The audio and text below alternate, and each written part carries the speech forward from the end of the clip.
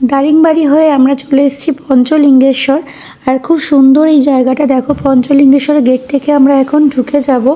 পঞ্চলিঙ্গেশ্বর মন্দিরটা কিন্তু ভীষণ সুন্দর, পাহাড়ের উপরে ঝর্ণার মধ্যে থেকে মহাদেবের মূর্তি ভেতরে আছে। তো অনেকটাই উপরে যেতে হবে।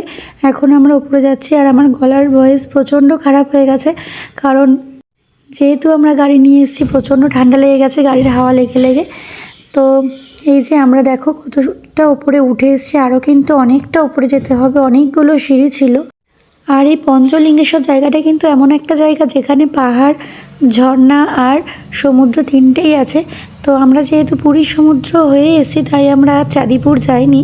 চাঁদিপুরে শুনেছি আমি সমুদ্র আছে, তো সেখানে আমরা যাইনি। আমরা এসেছি পঞ্চলিঙ্গেশ্বরের মন্দিরে আজকে।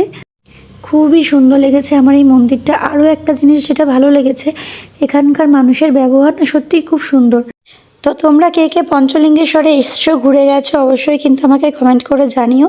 আর তোমরা যারা আসোনি তারা কিন্তু একবার পঞ্চলিঙ্গেশ্বরে এসে ঘুরে যেও, তোমাদের কিন্তু ভীষণ ভালো লাগবে। আর আমি আমার রুমের একদম সামনে থেকে ভিডিও করেছি, যে পাহাড় সামনে রয়েছে। এই দেখো এখানেই মহাদেবের মূর্তিগুলো থাকে।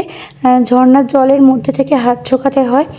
আমি তো ধরতে পেরেছি, একটু ভেতর দিকে হয় একটু ভিজে যায়। আর আমার ভিডিওটা নিতে পারিনি, কারণ আমার ভিডিও কেউ করেই দেওয়ার মতন ছিল না, প্রচণ্ড ভিড় ছিল। তাও আমি ওদের একটু ভিডিওটা নিয়েছি। খুব একটা অন্যরকম ব্যাপার। আর এই দেখো এখানে আমরা পুজো দিয়ে নিয়েছিলাম, একদম মন্দিরের ওপরেই ঠাকুরমশাই বসে আছেন, নামগোত্র দিয়ে খুব সুন্দরভাবে পুজো করে দেন। আর আমি প্রথমে ভিডিওটা নিতে পারিনি, যেহেতু মন দিয়ে পুজোটা দিচ্ছিলাম। তারপরে লাস্টের একটু আমি ভিডিওটা নিলাম। আমরা এসেছি পুরীতে, পুরী থেকে দারিংবাড়ি গেছি, দারিংবাড়ি থেকে আমরা পঞ্চলিঙ্গেশ্বরের মন্দির হয়ে তারপর আমরা বাড়ি ফিরব। তো তোমাদের সাথে মোটামুটি ছোট ছোট ভিডিও, ফটো, রিলসও শেয়ার করছি।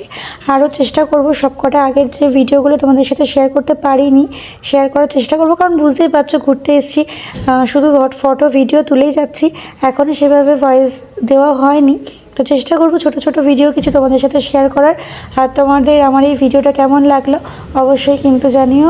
আর হ্যাঁ, আমি আরেকটা ব্লগ এরকম দেবো ছোট্ট করে, যে ডাইরেক্ট আমি মধ্যমগ্রাম থেকে বেরিয়ে কোন রুট থেকে পুরী, কোন রুট থেকে দারিংবাড়ি, আর কোন রুট থেকে আমরা পঞ্চলিঙ্গেশ্বর হয়ে আবার বাড়ি ফিরেছি, সেটা একটা ছোট্ট ভিডিওতে আমি বলে দেবো তোমাদের। আর এই দেখো এই ঝর্ণাটাই কিন্তু ওপর থেকে মানে আসছে, তার উপরে পুজো দিয়েছিলাম আমরা। তো এই যে আমার মেয়ের সাথে আমরা কিছু ফটো নিয়ে নিয়েছি, সেগুলোও তোমাদের সাথে শেয়ার করলাম। চলো টাটা, বাই বাই।